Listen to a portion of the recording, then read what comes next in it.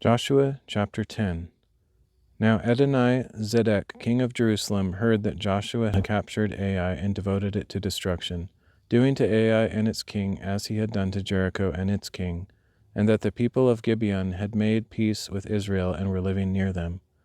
So Adonai-Zedek and his people were greatly alarmed, because Gibeon was a great city, like one of the royal cities. It was larger than Ai, and all its men were mighty.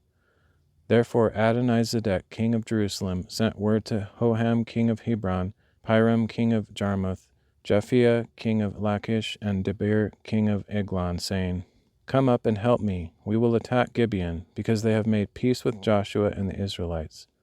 So the 5 kings of the Amorites, the kings of Jerusalem, Hebron, Jarmuth, Lachish, and Eglon, joined forces and advanced with all their armies.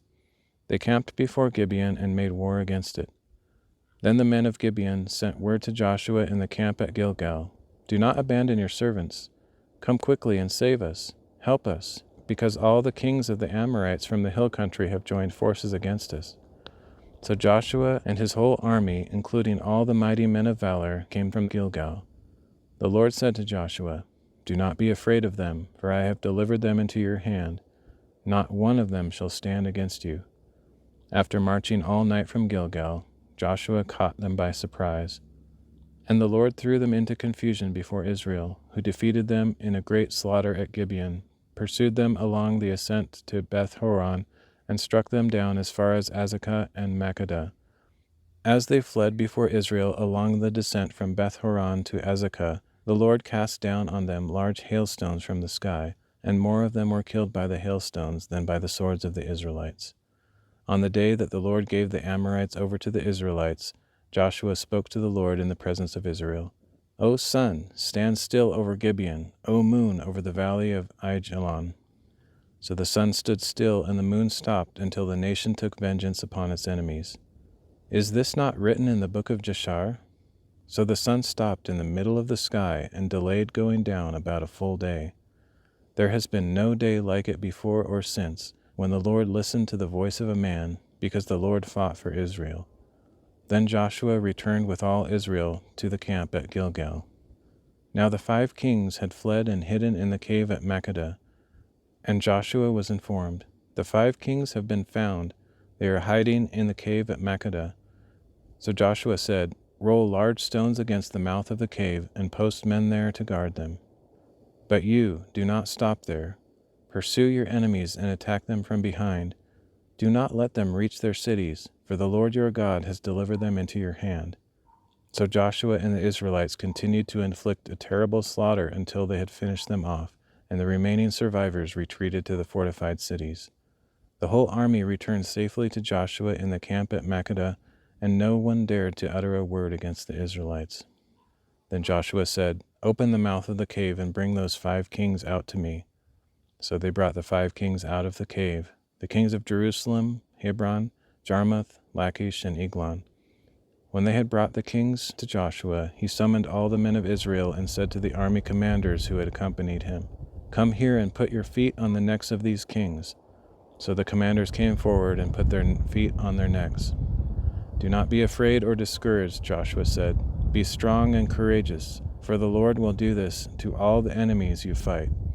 After this Joshua struck down and killed the kings, and he hung their bodies on 5 trees and left them there until evening. At sunset Joshua ordered that they be taken down from the trees and thrown into the cave in which they had hidden. Then large stones were placed against the mouth of the cave, and the stones are there to this day.